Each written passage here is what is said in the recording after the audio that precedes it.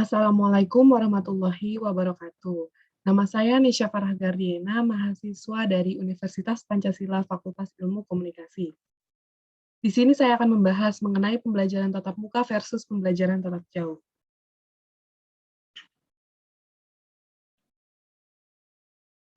Seperti yang sudah kita ketahui, virus corona sudah ada di Indonesia mulai dari bulan Maret tahun 2020. Penyebaran virus ini juga sangat cepat melalui udara dan air liur, sehingga sektor pendidikan harus mengubah cara belajarnya menjadi pembelajaran dari rumah masing-masing untuk menghindari penyebaran virus tersebut.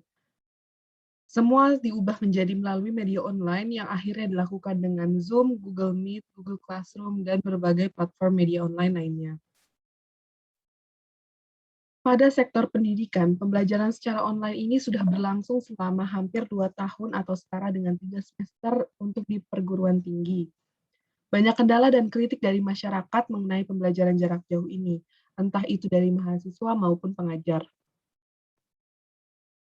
Kendala-kendala PJJ diantaranya adalah sebagai berikut.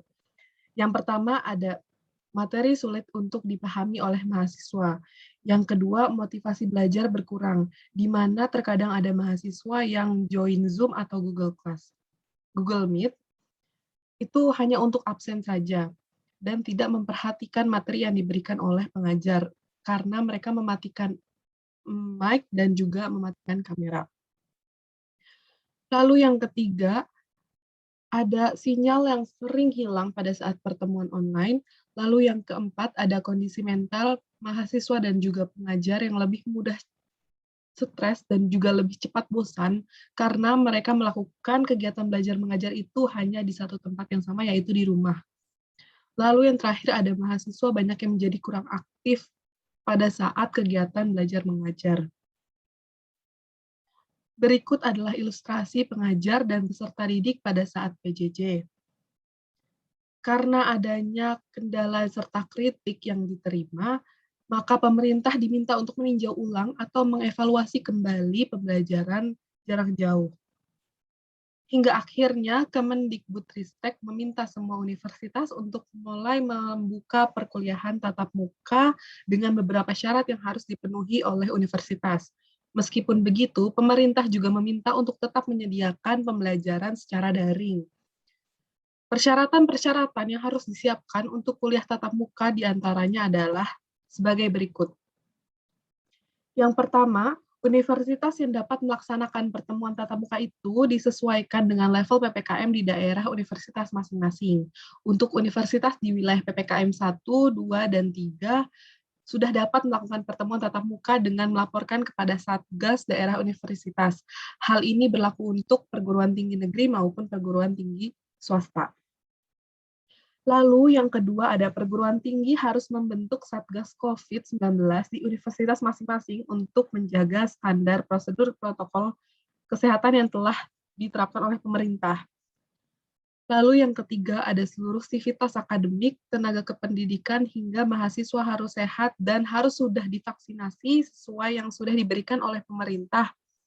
Jika berasal dari luar daerah atau luar negeri, diwajibkan untuk melakukan karantina mandiri selama 14 hari dan melakukan tes swab.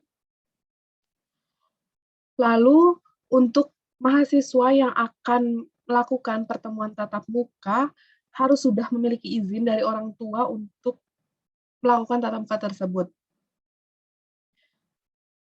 Tentunya ada ancaman dengan diberlakukannya tatap muka. Di antaranya adalah sebagai berikut. Yang pertama, ada kampus.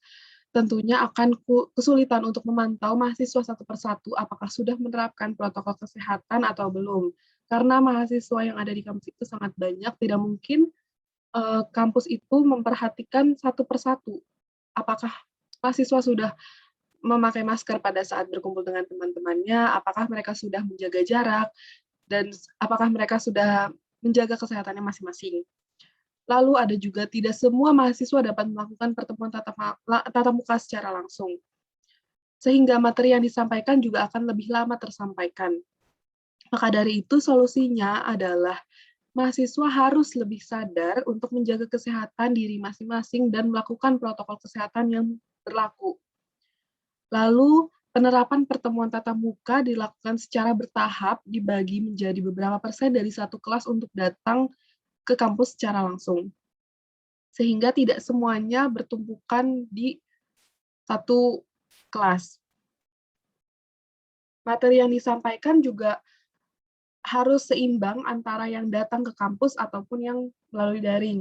Mungkin solusi lainnya itu juga saat pertemuan kelas tatap muka, itu dosen juga tetap menyalakan atau menyediakan Google Meet atau Zoom untuk para mahasiswa yang tidak bisa datang ke kampus. Sekian dari saya, kurang lebihnya mohon maaf. Mohon dimaafkan jika saya ada kesalahan kata atau perbuatan. Wassalamualaikum warahmatullahi wabarakatuh.